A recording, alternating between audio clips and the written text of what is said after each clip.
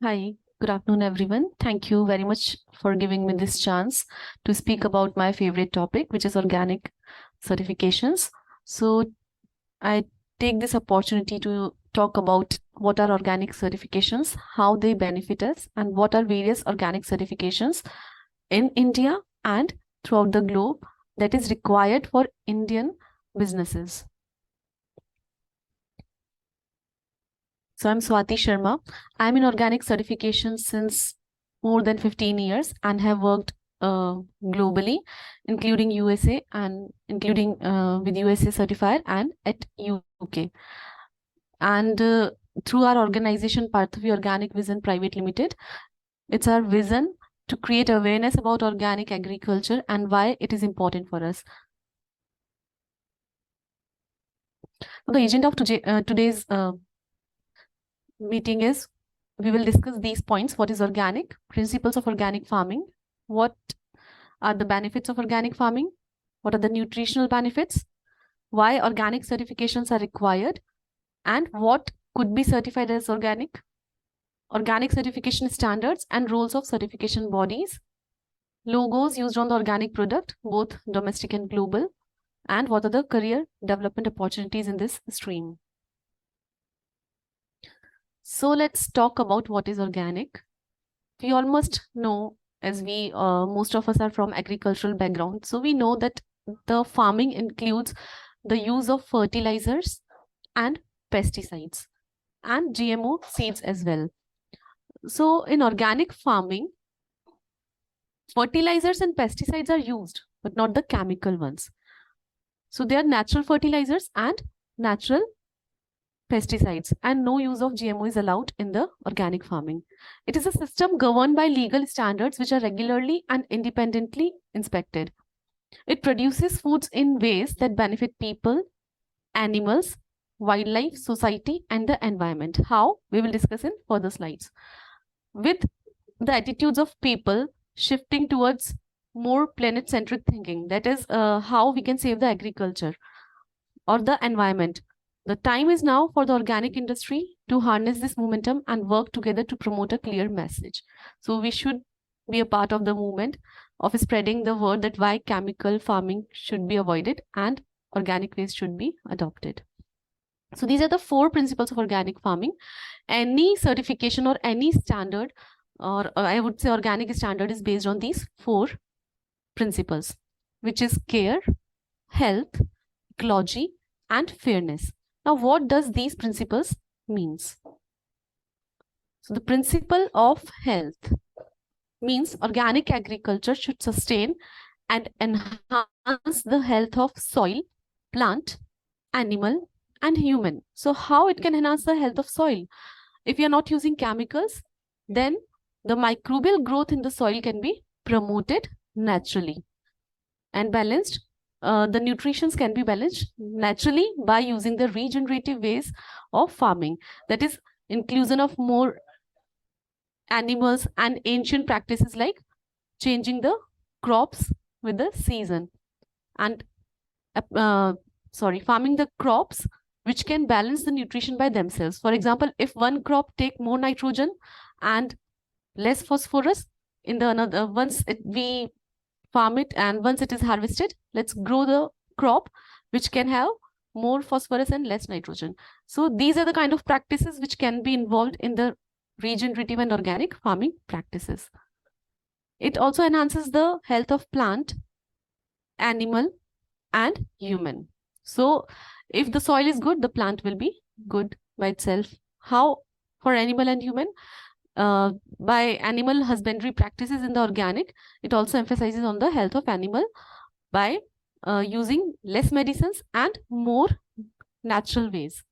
And by consumption of the organic food, the human health is directly improved. The principle of ecology, organic agriculture should be based on living ecological systems and cycles. Work with them and help sustain them. That includes flora and fauna. So, organic practices are not meant to kill the pests on the farm, but to repel them.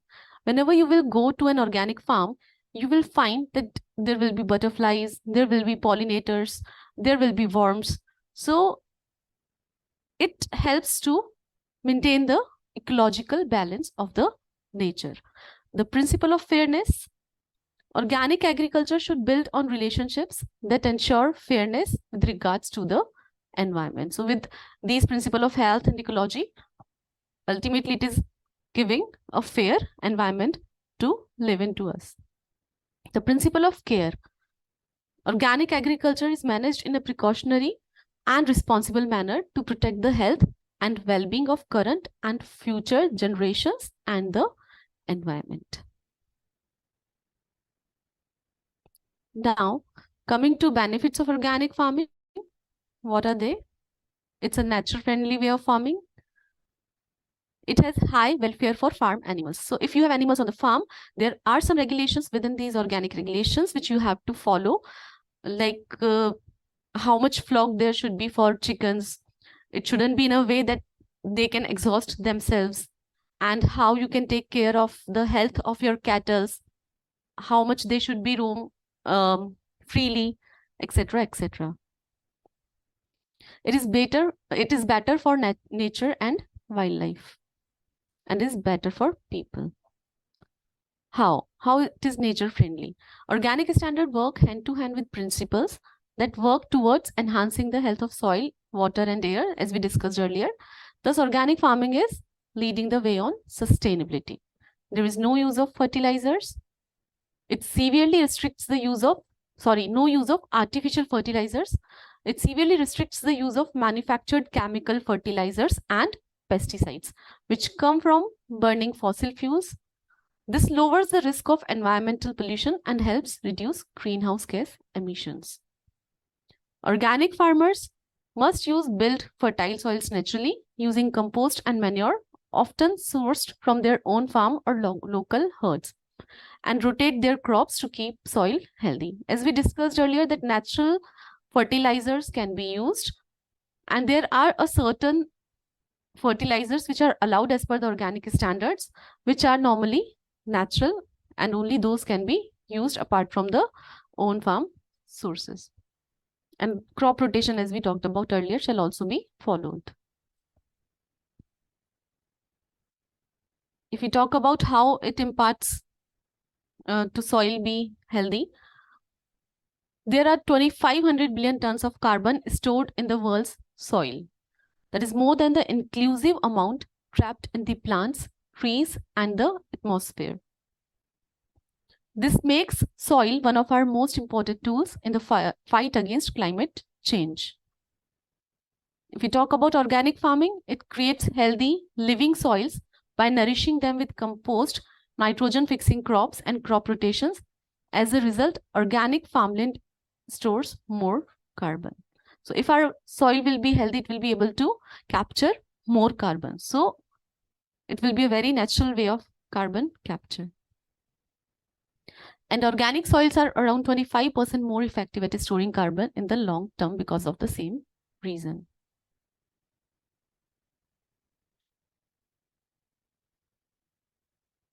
Coming to the higher welfare for farms, organic farming has the highest animal welfare standards of any international farming system. This means truly free-range animals, so that animals can range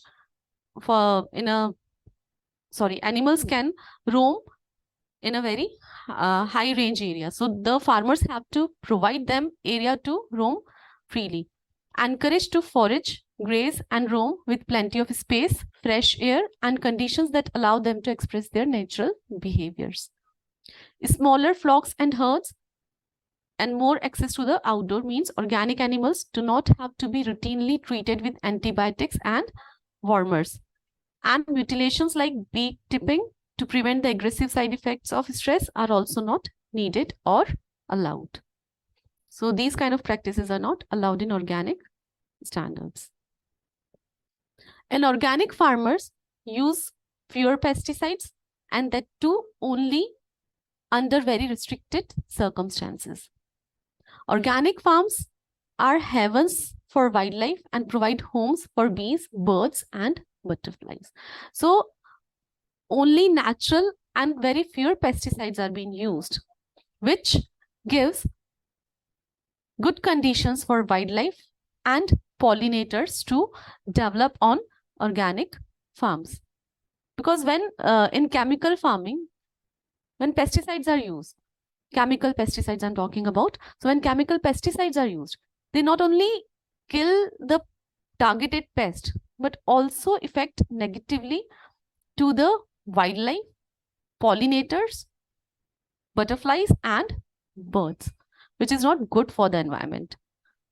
On average, plant, insect, and bird life is 50% more abundant on organic farms, and there are around 75% more wild bees on organic farms. So we can see the difference, that 75% more wild bees on organic farms, which is the need of time, which we really need pollinators, wild bees. There are a number of reasons for this. The nitrogen fertilizers used in conventional farming can create ocean dead zones, which deprive life below the water of vital oxygen. So when the soil laced with the chemical pesticides or fertilizers is run off with rains in water resources, it automatically run off the chemicals with it in the water, which creates ocean dead zones. And ultimately, it deprives the life of the aquatic creatures, which is again a very negative effect of conventional farming. So by conventional farming, we mean non-organic farming. This can kill fish and other aquatic life. Organic standards ban the use of these manufactured fertilizers, lowering the risk of pollution in rivers, seas, and waterways, therefore supporting cleaner water for wildlife. Is organic food safer than their counter alternative conventional products? So organic food is produced with fewer pesticides, fewer additives and preservatives. They have no GM ingredients. They have reduced use of antibiotics when we talk about animal husbandry, and they have some difference in the nutrition as well. How, we will talk in the further slide. But after knowing all these things, this is a question to yourself, that is it safer to eat organic food than its counterpart, non-organic food? So what are the nutritional benefits of organic products? Unfortunately, there has been a very limited study. There are not much studies done on this particular fact, that are organic products nutritionally good or not. But there was a study published in British Journal of Nutrition in 2014, which showed that organic milk and meat contains around 50% more beneficial omega-3 fatty acids than non-organic. These nutritional differences also apply to organic dairies like butter, cream, cheese, and yogurt. Organic meat had slightly lower concentrations of 2 saturated fats, and organic milk and dairy were found to contain slightly higher concentrations of iron, vitamin E, and some carotenoids. Organically produced crops were found with up to 68% more antioxidants than non-organic, like cereal crops, fruit crops, and vegetable crops. Whilst organic fruit and vegetables contained lower concentration of pesticides and toxic heavy metal cadmium. So we can see the difference here. Now coming to why organic certifications are important. I have seen people globally, I continuously meet to them, talk to them, and it is a global problem that people do not trust organic products at all. Even the trust on organic certification is not that much strong. But why are certifications required? So, to maintain the trust. What are organic standards? Whenever you go to a supermarket, try to take a look at the organic food label. You will see plenty of claims about sustainability and welfare. But among them, the organic logo stands out as the only one underpinned by law. You cannot see any other logo. If somebody is claiming that it is natural, you can't see a logo. But you can see a logo when it says its claim it's organic. All organic food and drinks sold in the market as organic must meet the relevant organic regulation. So only the food which meet these regulation can have that logo. Organic claims couldn't be made without being officially certified by an accredited body. So even the certifiers have to get accreditations from the accreditation body that we will talk in further slides. So if a product is being claimed as organic, that means it is being certified by the accredited certification body. And if a product is claiming that it is organic, it doesn't mean that only the processing site or the processed product is organic. It means that the complete supply chain, starting from the seed sowing to when it reaches to you in the supermarket. The entire chain, be it trader, be it storage, be it warehouse, be it farm, be it processing industry, need to be certified to claim it as organic. What could be certified as organic? Farms, processed foods, textile, cosmetics, animal product, and aquaculture. We are talking about farms and processed foods today. But all these things could be certified as organic. Organic certification standards. Most countries have their own organic standards, like we have our own. There is little variance in those standards. Any operation has to be in line with their regulatory and statutory requirements in order to get organic certification. So this is the basic requirement. Internationally, equivalency negotiations are underway, and some agreements are already in place to harmonize certifications between countries facilitating international trade. Give me a moment, please.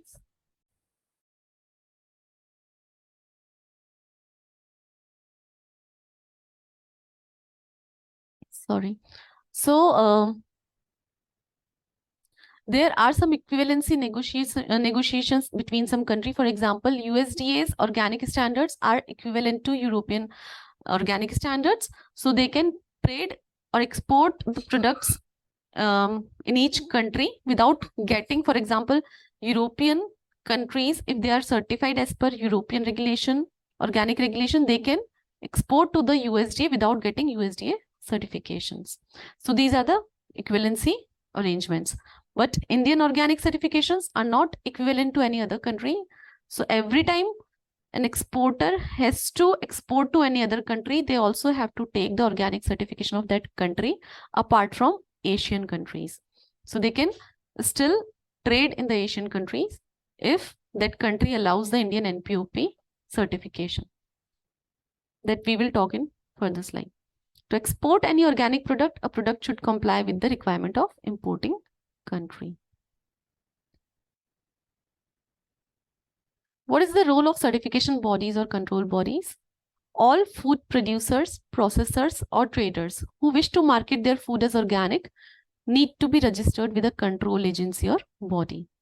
The control agency or certification body is responsible for verifying that the operator acts in compliance with organic rules as per the applicable organic standards before issuing a certificate of compliance. So each certification body has to audit, and based on the audit and on regular checks, annual checks, they provide the certification after checking their compliance with the applicable standard.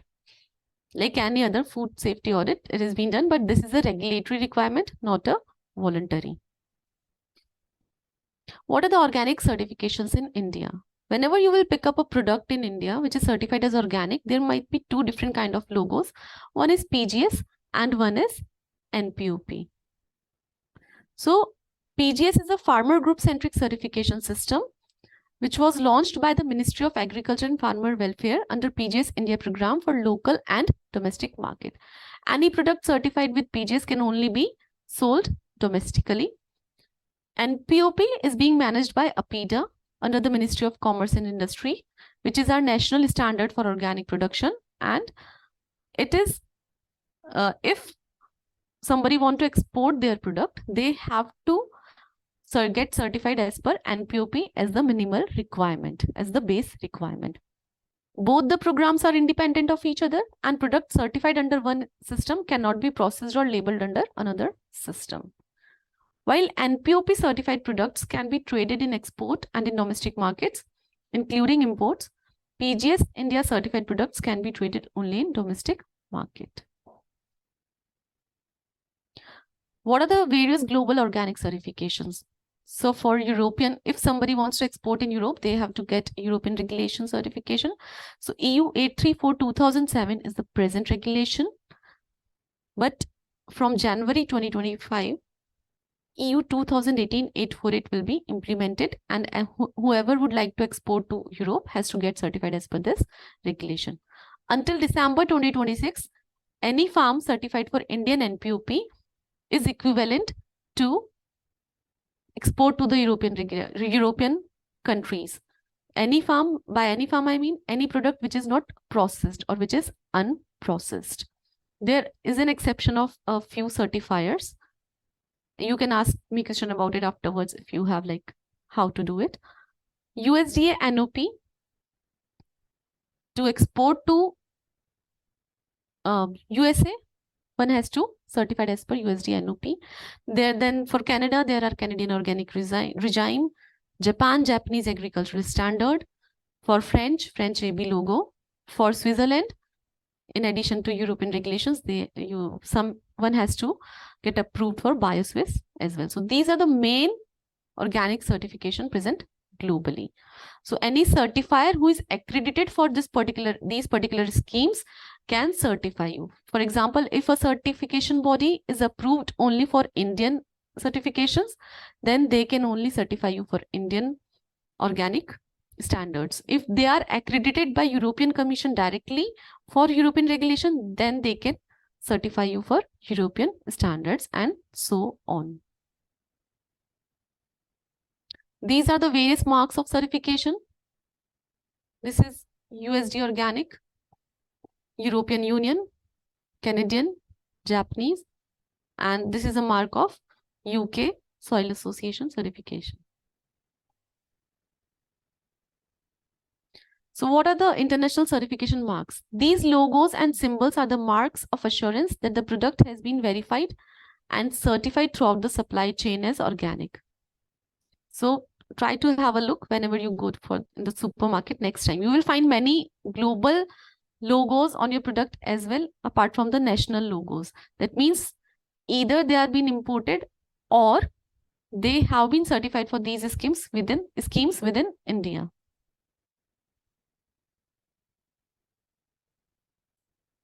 So we can see some examples of the ill effects of non-organic farming practices in India. One of them is stubble burning in Delhi NCR. So in Delhi NCR, the rise in pollution every year is due to the stubble burning, which means after farming, the remains of to prepare the land for another crop, they burn it rather than using any organic ways of preparing the land. In organic, stubble burning is not allowed. They have to use another ways like mulching. Decrease in pollinators, and again infertile land in most of the Punjab. So chemical farming is one of the main reasons behind this infertile land in the Punjab. Conclusion: people are becoming more concerned about the impact of their day-to-day activities on the environment. This has increased their awareness regarding more sustainable methods of living, and organic food is one of the pioneers among them. This has also increased the worldwide opportunity for organic businesses. We should support our local farmers by purchasing organic food. This is the main thing we should do. We should support our local farmers by purchasing organic food. Most of our farmers do farm organic products, but we do not support them. We do not buy from them. And ultimately, to survive, they have to go for the chemical farming so that they can increase their yield. They don't know that it is a short-term effect of the chemical fertilizers, and at the end, they will end up in having infertile lands because of the negative effect of the chemical farming. So to support them, we should start purchasing organic food. We can purchase directly from them. We can identify the local farmers, or we can also Google out who all are in this business and should support them. What are the career development opportunities for students in this field? So the job opportunities are, you could be a technical advisor at a farm, at a certification body, or to a processing business. You could be inspectors, you could be certifiers, certification officers, or internal auditors in various businesses. You can join the quality assurance, testing laboratories for organic, or quality assurance department of a certifier. You can also start your own business for international trade of organic products. You could be an organic food processors.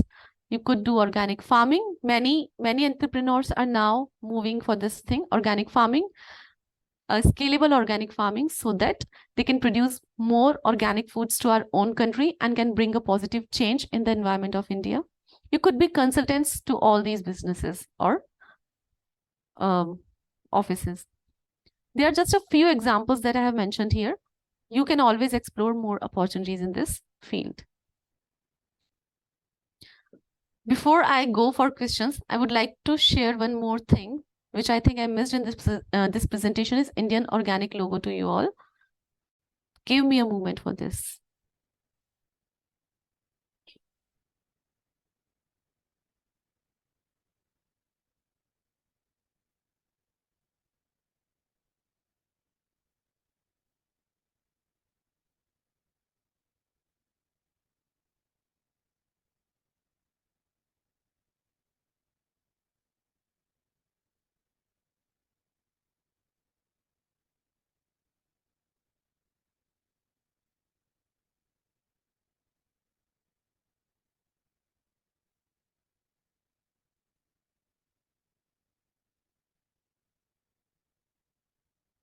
So this is how our Indian NPOP logo looks.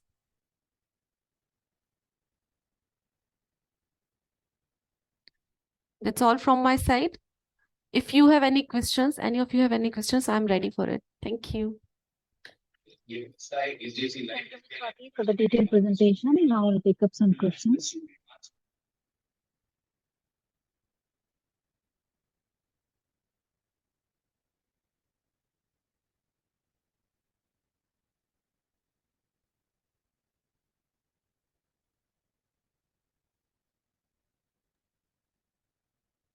Okay, so the first question is, how do global organic certifications ensure the authenticity of organic products? So if you're talking about global organic certification here, what I took from this question is that how, for example, if we say there is European organic, a product is certified as per European standard, how it will ensure the authenticity of a product, right? So in this case, global organic certifications are exclusively for aiding the exports. So the basic requirement is Indian NPOP certification. And as I said earlier, that if a product has to go through the certification, they have to go through excessive auditing, testing of their products. If it is a farm, testing of their soil and crop, and also getting all their inputs and everything certified. After going through all those procedures, only after going through all these procedures, they get organic certification and get to call their product as organic. And if they are going for global certification, these controls increases. How these controls increases? In addition to the local requirements, Indian requirements, they also have to maintain the requirements of European countries, US countries, and everything else. So the control increases excessively. So of course, by all these controls which their certification body impose on them, the certification can be validated, or the logo can be used after only those validations. Is it clear, or is there any further question to it? Yeah, it's clear. Yeah. Okay, next question. Why are global organic certifications necessary for agriculture products? Because it is not a standard which is harmonized. So as I said in my presentation, that each country have their own certification standards. There is equivalency between certain countries. For example, USDA and Europe have equivalency. Earlier, India also had an equivalency arrangement with USA and with a different kind of equivalence arrangement between the certifiers of India and European countries was also there. But due to some pesticides findings in our own products and for some other reasons, these equivalency arrangements are now not there anymore. So if you want to export in those countries, you have to meet their own regulations. This is a limitation to the regulation, and our countries' regulatory bodies are continuously also trying to get those equivalents back to us. Okay. And what criteria must a product meet to obtain the global organic certifications? As I mentioned in my presentation, USDA NOP is the name of the standard. If you will search on internet USDA NOP, you will find the criteria for USA's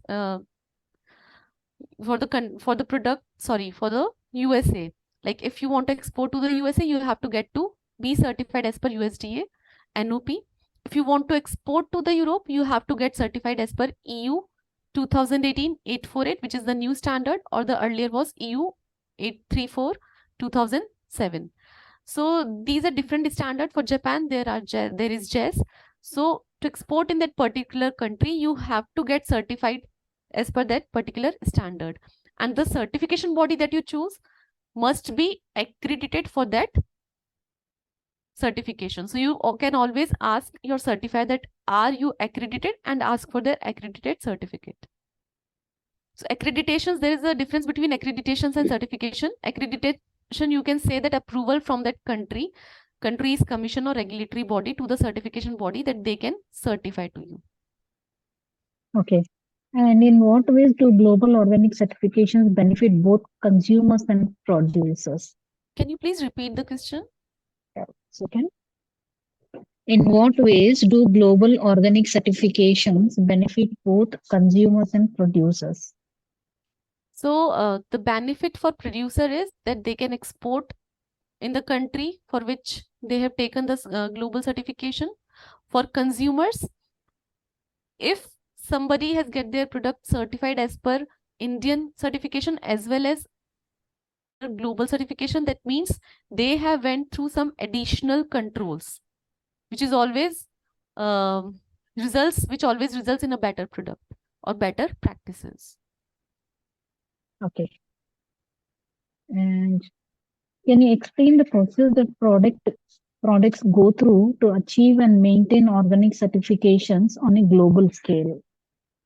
Can I ask a counter question before I answer this question? Yes, please. So is there an example of the product? For example, is it for farm or is it for a particular product? It is for farm. Okay, so if a farm is certified as per Indian NPOP already and you want to get some other global certification, so first thing is you have to look into those standards and see what are the additional requirements. There might, if you are in a group, so there might be some different requirements for that group. But one criteria that you should fulfill is that while exporting to that country, you have to get your product tested and see that the pesticides which are banned in those countries are not in your test report at all. So you have to match all these things. You not only have to refer to the banned pesticides of India or as per Indian organic certifications, you also have to look into the list of their countries' banned pesticides and what is allowed in organic and what is not. Again, and one more thing that I would suggest here is, if you are going for it, ask your certifier that what additional criteria you will need to meet, because it is a vast question. I cannot answer it here because each standard have their own additional requirements. Right. Okay. Yeah. And how do global organic certifications address concerns related to environmental sustainability in agriculture? It's first of all, the environment crisis is a global problem. It is a problem in each country, and therefore every country is now concerned about creating a positive impact on the environment. So it's not like having global certifications within India will help the environment on a global level. No, these standards are also being implemented in their own countries, in their own farmlands. So all over the world, this is a movement. Everybody wants to leave a positive impact, and therefore their own regulatory bodies are now promoting organic agriculture in their own ways. So these global certification can aid in the exports, but having another country's certification to your farm will not be adding something to which you already are doing with Indian certification. Did you got my point? Is it clear, or shall I explain it more? Yeah, it's clear. It's clear. Okay, thank you. Next question. How do organic certifications promote fair trade practices within the agricultural sector? So until now, the Indian NPOP do not have a clause for fair trading, but with the upcoming, I have seen with many entrepreneurs who are now doing it. So sorry, you know, if we talk about FPOs, now government has also a scheme for FPO. So the FPO can have products from the PGS certified groups and can process it. In the similar way, in grower group, if you are a group, not an individual, there is an ICS who is there to buy your product. So on each group, there should be an ICS, and that ICS buy your product and give it a market. So it is now their responsibility. So when the small farmers in India, they struggle to find a market. So through these measures, they will find a market. So there is not a direct clause for fair trade, but yes, it aids in getting you a market. Okay. Next question. Yeah. What challenges do global organic certifications face and how are they addressed? What challenges does the global organic certification face and how are they addressed, correct? Yes. So the major challenge to this is interpreting their regulations in our own conditions. So sometimes, the regulatory language is really difficult to interpret and understand. And if you do not belong to that country, it is difficult for you to understand what they want to say. This is one of the major challenge. The another challenge is that those regulations are being made by keeping in mind their own conditions, their own government schemes, their own soil, environment, and everything. So sometimes it is really difficult to implement them in our environment with the policies that we have and with the environmental conditions that we have. It is a continuous challenge of global organic certifications. Okay. And just a couple of more questions. What measures are in place to prevent fraudulent claims of organic status in the global market? If somebody is making a fraudulent claim and, the FSSAI organization, if somebody is saying that they are going for organic, they have to get themselves registered as organic under FSSAI. So the FSSAI people continuously pick up the products from the market, get them tested. And if somebody is found fraud, there could be heavy fines and even suspension and blacklisting of that particular business in the market. Not only for that business, even the certifiers have to go through some rigid process that they have to find out why this happened, how this happened, and if the certifier is found to be at fault, even the certifier could be imposed with a heavy fine or can be suspended by the National Accreditation Body, which is APIDA. Okay. And how does consumer awareness and demand for organic products drive the need for stringent global organic certifications? Can you please repeat it once again? Yeah. How does consumer awareness and demand for organic products drive the need for stringent global organic certifications? So how I interpret this question is how the consumer awareness program can help in a stringent application of these organic standards, right?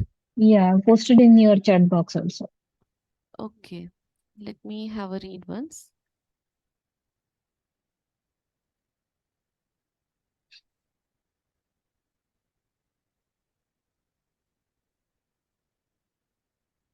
If the consumer is aware that what marks to be checked, if somebody is claiming their product as organic, because nowadays I have heard from many people that anybody could call their product as organic even if they are not certified. They are selling the product, vegetables, claiming it is organic. They say loudly that it is organic just because, it is a common thing that organic product might not be as beautiful as its counterpart. So organic products might have some spots on it. For example, the tomatoes are in irregular shapes and all. So just by bringing some vegetables in the market which are not pretty, they call it organic, which is not a good thing.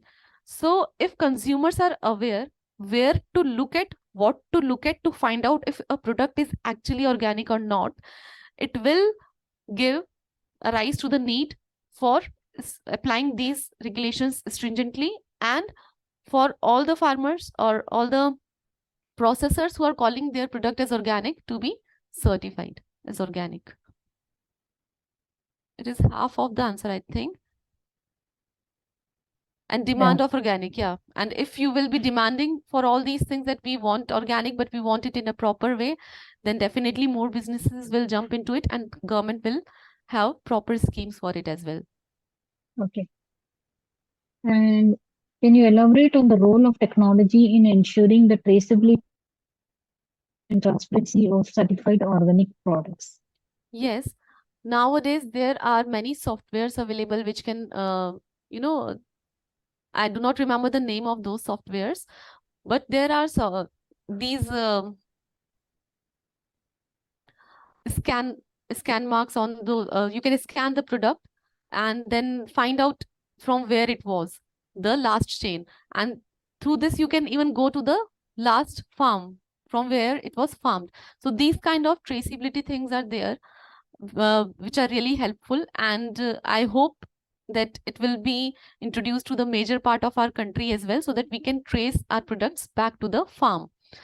Apart from it, there are even the regulatory bodies and certifiers are now using traceability. For example, in India, there is a software called TraceNet, through which APIDA ensures that the products are traceable from farm to the, I would say, retailer.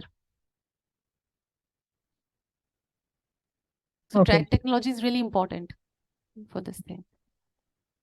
So now I'll take the last question. How do global organic certifications contribute to the protection of biodiversity and ecosystem health? So how these standards help in biodiversity and ecosystem health, correct? Correct, yeah. So as we, it's about general organic certification. I wouldn't say global here, because all the standards are based on these 4 principles that we discussed at the starting of this presentation, which is care, health, ecology, and soil, I think. So all these are based to protect the protect our environment in a positive way, which is care, health, ecology, and fairness. So these principles need to be followed for any certification, be it national or global, and it ultimately give a positive impact on the environment and ecology.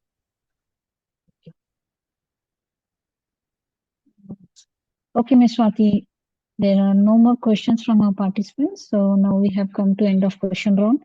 On behalf of agricultureinformation.com, we'd like to thank you for the detailed presentation, answering all the questions in depth. And we also like to thank all the participants for joining this meeting. The meeting will now be closed. Thank you very much. In fact, if anybody have any further questions, you have my email ID, so you can share with them and they can come up with that.